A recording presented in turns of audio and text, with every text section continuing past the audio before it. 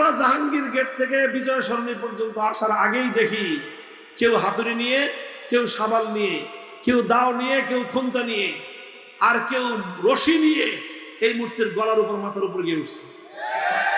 এই গলার মধ্যে রশি পেঁচাইছে, আবার কেউ ওই রশির মধ্যে জুতাও বাঁধছে, আর যার যা আছে পিটাইতেছে, ঠ্যাং ভাঙ্গে, কান ভাঙ্গে, নাক ভাঙ্গে। এত বড় মূর্তি, এটা তো সহজে ভাঙ্গা সম্ভব না। পরে দেখি যে এই চিকন রশি না, একটু পরে দেখি এত মোটা জাহাজ বান্দার রশি নিয়েছে কোথেকে জানি।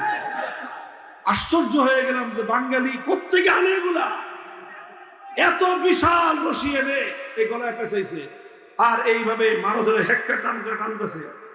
কিন্তু এত মজবুত, বুঝেন না, 5 তলা বিল্ডিং এর সমান, এটা তার সহজে নড়ে না। তারপরে ঠ্যাং ভাঙছে, কোপায়ের ঠ্যাং ভাঙছে, কিন্তু তাও পরে না, কেন এত মোটা রড। পরে কোত্থেকে হ্যাকসো ব্লেড এনে এই রড কাটছে। এই কাটতে কাটতে সন্ধ্যা হয়ে গেছে। তারপরে সন্ধ্যায় এসে হাজার হাজার উৎফুল্ল তৌহিদি জনতা এটার ঠ্যাঙের এই রগগুলি কাটছে, রক কেটে তারপরে গলার মধ্যে এই জাহাজ বান্দার রশি দিয়ে হেঁচকা টান দিছে। এই 5 তলার উপরে 50 ফিট উঁচা এই দেবতা মাটির মধ্যে ভূপাতিত হয়েছে। আমাদের তো কিছু বলতে হয় নাই, এই মূর্তির জন্যই তো আমাদের সাথে এত অন্যায় এবং অবিচার করেছিলেন। এই মূর্তির কারণেই তো আমাদের কোনো ভালো